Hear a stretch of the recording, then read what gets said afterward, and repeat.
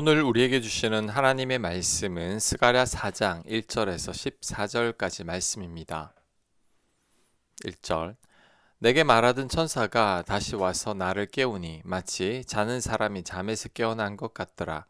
그가 내게 묻되 네가 무엇을 보느냐? 내가 대답하되 내가 보니 순금 등잔대가 있는데 그 위에는 기름 그릇이 있고 또 그 기름 그릇 위에 7등잔이 있으며 그 그릇 위에 있는 등잔을 위해서 7관이 있고 그 등잔대 곁에 두 감람나무가 있는데 하나는 그 기름 그릇 오른쪽에 있고 하나는 그 왼쪽에 있나이다 하고 내게 말하는 천사에게 물어 이르되 내 주여 이것들이 무엇이니까 하니 내게 말하는 천사가 대답하여 이르되 네가 이것들이 무엇인지 알지 못하느냐 하므로 내가 대답하되 내 주여 내가 알지 못하나이다 하니 아멘.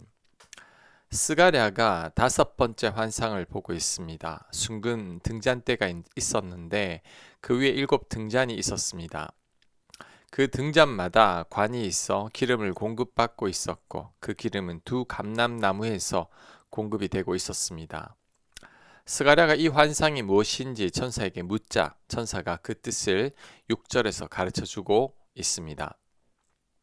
6절 그가 내게 대답하여 이르되 여호와께서 스룹바벨에게 하신 말씀이 이러하니라. 만군의 여호와께서 말씀하시되 이는 힘으로 되지 아니하며 능력으로 되지 아니하고 오직 나의 영으로 되느니라. 아멘. 이 환상은 하나님께서 스룹바벨에게 들려주시는 음성입니다. 그는 유다에 파견된 총독으로 성전 건축의 책임을 맡은 자입니다. 하지만 성전 건축을 방해하는 무리로 인해 공사가 중단되자 낙심하고 좌절한 가운데 있었습니다. 이른 스룹바벨에게 하나님께서 하시는 말씀은 너의 힘과 능력으로 성전을 건축할 수 있는 것이 아니란다. 오직 나의 영으로 가능하다 였습니다. 스룹바벨이 성전 건축을 하는 게 아니라 하나님께서 친히 하신다는 말씀이죠. 이것을 오늘날 우리들의 삶에도 적용할 수 있습니다. 왜 나는 하나님 말씀에 순종할 수 없나요? 왜 오랫동안 믿음 생활을 했음에도 나의 삶은 바뀌지 않는 걸까요? 왜 나는 사랑할 수 없나요? 왜 나는 내 성질 하나도 바꾸지 못하나요? 그 이유는 단 한 가지입니다. 내 힘으로 살려 하기 때문이고 내 의지로 바꾸려고 하기 때문입니다. 내가 하나님을 믿지만 여전히 내 힘과 내 능력으로만 살고 있기 때문이죠. 믿음 생활은 내 힘과 능력과 내 의지로 사는 게 아닙니다. 오직 하나님의 힘과 하나님의 영으로 사는 거죠. 철저히 하나님만을 의탁하며 사는 삶입니다. 이런 삶 위에 오늘 본문의 등잔처럼 끊임없이 감람나무 기름이 공급이 되는 겁니다. 지금 삶 가운데 어떤 장벽이 막혀 있습니까? 수고하고 애를 썼지만 안 되는 게 뭡니까? 내 힘과 능력의 한계를 느끼고 있는 것은 무엇입니까? 오늘 말씀을 반드시 기억해야 합니다. 이는 내 힘과 능력으로 되는 게 아닙니다. 오직 하나님의 힘과 영으로만 가능한 것입니다.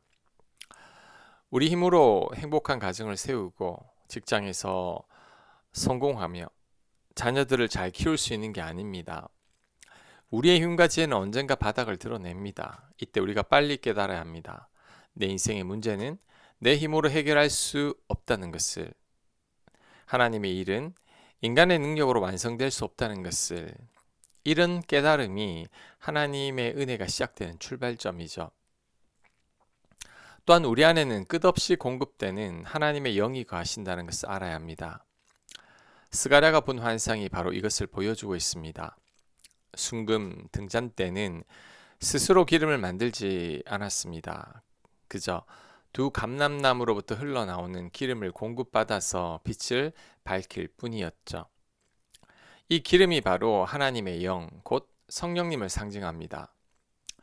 등잔대의 7관이 감람나무에 연결되어 있듯이 우리가 성령님께 연결되어 있기만 하면 그분의 지혜와 능력이 마르지 않는 샘처럼 우리들에게 공급이 되는 거죠. 그래서 요한복음 15장 5절은 나는 포도나무여 너희는 가지라. 그가 내 안에 내가 그 안에 거하면 사람이 열매를 많이 맺나니 나를 떠나서는 너희가 아무것도 할 수 없음이라고 말씀한 겁니다. 우리가 열매를 맺기 위해 안간 힘을 쓰는 것이 아니라 포도나무이신 주님과 성령님께 굳건히 붙어 있기만 하면 됩니다. 그러면 생명과 양분은 저절로 공급되어 풍성한 열매를 맺게 되는 거죠. 하나님의 영이 임할 때 불가능해 보였던 일들이 가능하게 됩니다. 오합지졸 같던 제자들이 오순절 성령의 능력을 덧입었을 때 담대히 복음을 전하며 초대교회를 세웠습니다. 이처럼 우리는 우리의 힘이 아닌 성령님의 능력으로만 살아야 합니다. 그럴 때 마르지 않는 은혜와 능력이 공급될 겁니다. 7절 큰 산아 네가 무엇이냐 네가 스룹바벨 앞에서 평지가 되리라. 그가 머릿돌을 내놓을 때에 무리가 외치기를 은총이 그에게 있을지어다 하리라 하셨고 아멘. 여기서 큰 산은 스룹바벨이 성전을 건축하려 할 때 방해하는 세력들입니다. 스룹바벨이 감당할 수 없는 큰 산과 같은 것들이었죠. 하지만 성령님께서 그와 함께 하시고 능력을 더해 주실 때 큰 산과 같은 방해의 세력들이 평지같이 될 것이라는 것입니다. 내 앞에 산과 같은 존재는 무엇입니까? 지금 나를 힘들게 하는 산은 무엇입니까?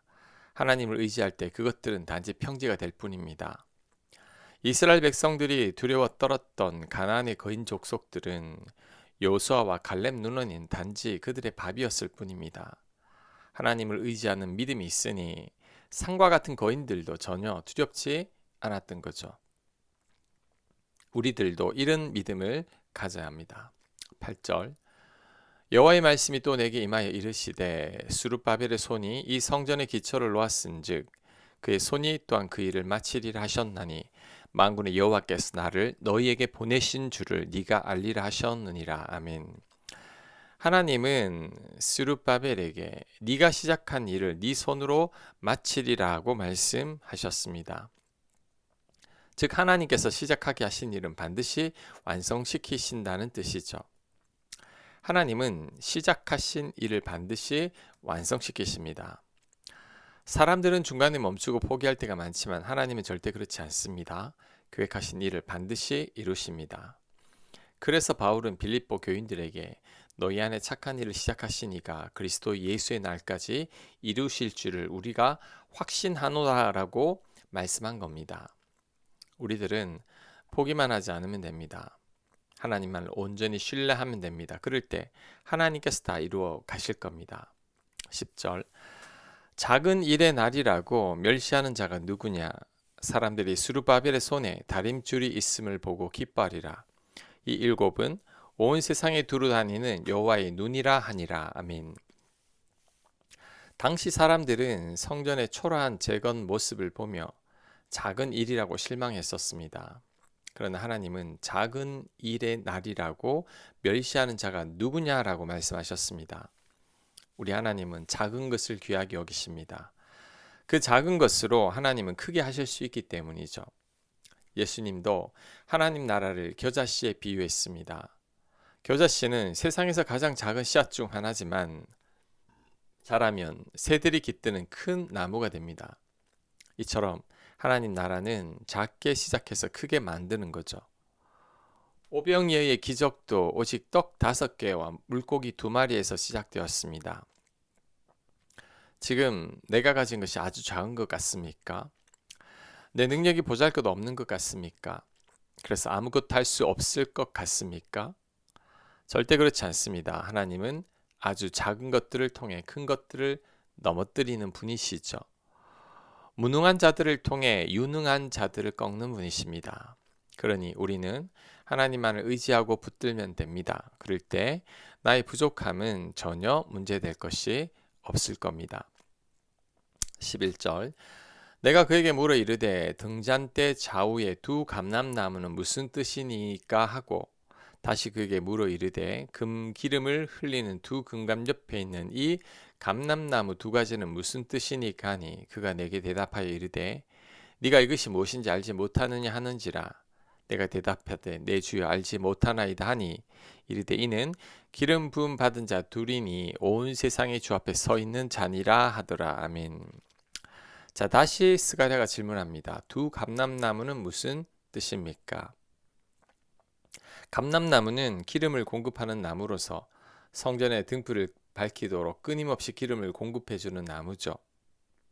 이 감람나무는 기름 부음을 상징하고 구약에서 기름 부음을 받는 자는 왕과 선지자죠. 그래서 제사장 여호수아와 총독 스룹바벨을 의미합니다. 자, 이게 무슨 뜻이냐면 기름 부음 받은 두 사람이 성전을 완성시키신다는 뜻입니다. 하나님은 기름 부음을 받은 두 사람을 통해서 성전 공사를 완성하고 성소에 불을 밝히겠다는 거죠. 또한 이 두 사람은 예수님을 상징하기도 합니다. 스룹바벨은 다윗 왕조의 후손으로 왕을 상징하고 여호수아는 대제사장을 상징하죠. 예수님은 이 두 사람이 합쳐진 존재입니다. 왕과 제사장이 합쳐진 예수님이시죠. 그래서 예수님은 왕이시며 제사장이십니다. 이런 예수님을 통해 하나님의 구원이 완성이 됐습니다. 성령의 전인 우리들이 하나님의 영이 거하실 성소로 완성된 거죠. 스가랴 환상이 결국 예수님을 통해 완성이 된 겁니다. 얼마나 감사합니까? 오늘 말씀을 통해서 내 힘과 능력이 아닌 오직 하나님의 영으로 된다는 것을 꼭 기억하시길 바랍니다. 또한 하나님께서 하나님의 모든 계획들을 완성시키실 것을 믿어야 합니다. 우리는 이 사실들만을 꼭 기억해야 할 것입니다. 아멘. 하나님의 영으로 되는 줄 믿습니다. 하나님께서 시작하신 일을 하나님께서 반드시 완성하실 줄 믿습니다. 이 믿음 갖고 살아가는 저희들 되도록 인도하여 주시옵소서. 예수님 이름으로 기도합니다.